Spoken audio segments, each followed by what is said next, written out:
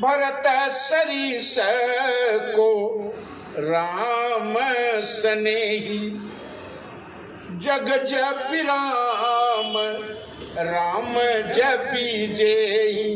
भरत जी को जपते हैं श्री राम, भरत जी के नाम का जाप करते हैं श्री राम। जब राम बैठते हैं, प्रभु श्री राम बैठते हैं, उनके रोम रोम से भरत के नाम की ध्वनि निकलती है। इसे गोस्वामी जी लिखते हैं कि भरत सरीस को राम स्नेही, ऐसा कोई स्नेही बिरला ही पैदा होगा। भरत जी के भक्ति की और भरत जी के भ्रातृत्व की तो कोई तुलना नहीं है, लेकिन श्री राम के भक्त के प्रति व्यवहार की भी कोई तुलना नहीं। भरत सरीस को राम स्नेही। अब ये भरत जी जब अयोध्या की गलियों में आते हैं तो जिधर देखते हैं उधर ऐसा लगता है भरत जी को कि सब लोग मुझसे मुंह चुरा रहे, मेरी और कोई देखना नहीं चाहता। हाट बाट नहीं जाई निहारी, जितनी गलियां हैं, जितनी सड़कें हैं, सब सुनी है। आज जो शांति फैली हुई है अयोध्या में, ऐसी शांति कभी नहीं थी। भरत जी के मन में हुआ ऐसा तो कुछ न कुछ अयोध्या में घटित हुआ है जिसका प्रभाव पूरी अयोध्या पर है। भरत जी ने सोचा मन में कि भगवान, जो शंका, जो स्वप्न में भयानक स्वप्न आया था, क्या वो स्वप्न सच तो नहीं होने जा रहा है?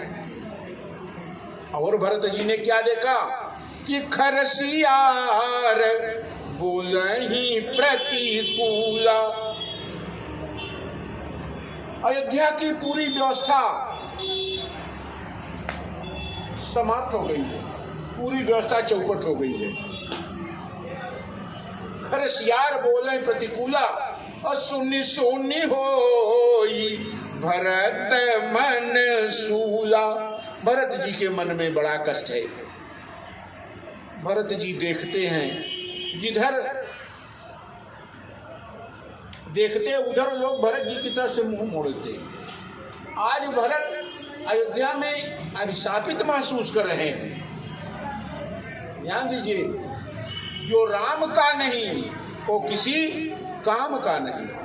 और अयोध्या के नर नारियों के बीच में ये बात है कि राम को जो वनवास हुआ है वो किसके कारण? भरत के कारण। भरत जी का चरित्र बड़ा सुंदर चरित्र है।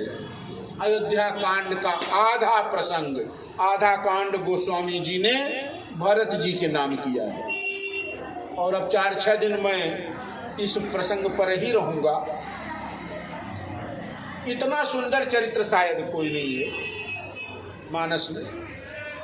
तो भरत जी अयोध्या की गलियों में जब पहुंचे, लोगों को देखा तो सिर झुकाए राजमहल की ओर बढ़े। और राजमहल के मुख्य द्वार पर उतर कर कहाँ गए? कैकेयी हर्षित ही भांति। कैकेयी अत्यंत प्रसन्न है आज। क्यों? आज कैकेयी का पुत्र आ रहा है, और वो पुत्र जिसके लिए कैकेयी ने सारा विधान बना दिया है, जिसके लिए वैधव्य को स्वीकार किया है, और प्राणों से प्रिय प्रभु श्री राम को जिसने अयोध्या से निष्कासित करवा दिया है, वो भरत अब राजा बनने जा रहा है। तो कैकेयी बड़ी प्रसन्न है। ऐसा जैसे कोई जंगल में रहने वाली भीलनी जंगल को जलाकर आनंदित महसूस करे।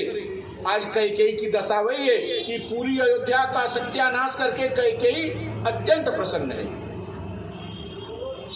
और जैसे ही भरत जी अयोध्या के राजमहल में पहुंचे, कैकेयी आरती की थाल सजाकर और भरत जी के आगमन के अवसर पर भरत जी की आरती करने आई। लेकिन देखा भरत जी तो अयोध्या में घुसते ही, अयोध्या में प्रवेश करते ही भरत जी ने देखा कि अयोध्या की स्थिति ठीक नहीं है। और अयोध्या की स्थिति ठीक नहीं तो भरत जी के मन में भी संदेह हो गया। इसे भरत जी का जो मन हर्षित और उल्लसित था मिलने के लिए सबसे, वो क्या हो गया, मन जो है वो बैठ गया। भरत जी का मन जो है अब उल्लास से भरा नहीं है बल्कि शोक से मग्न है। और जब इस प्रकार से भरत जी को कैकेयी ने देखा तो पूछती क्या है, क्या पूछती है, सुतहि ससोच देखी मन मारे अपूछत नहीं हर कुशल हमारे। भरत जी से पूछती है, पहले तो भरत जी को देखा, पुत्र को अपने देखा, और फिर पूछती है कि मेरे मायके में भरत सब कैसे हैं।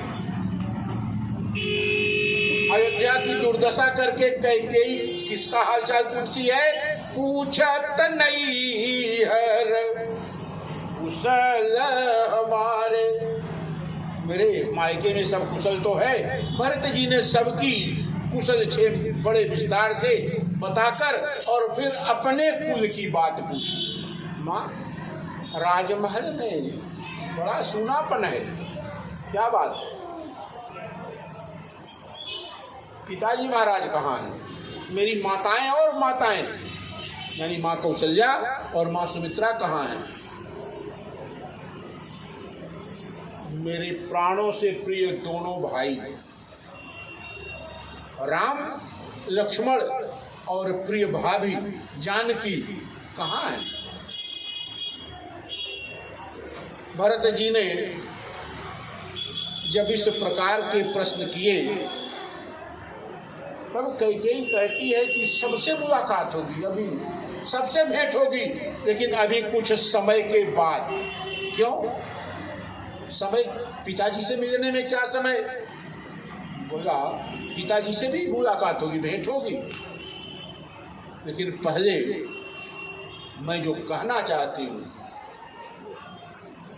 क्या, तात बात, कैकेयी कहती है भरत जी से, तात बात मैं सकल संवारी अभय मंथरा सहाय बेचारी।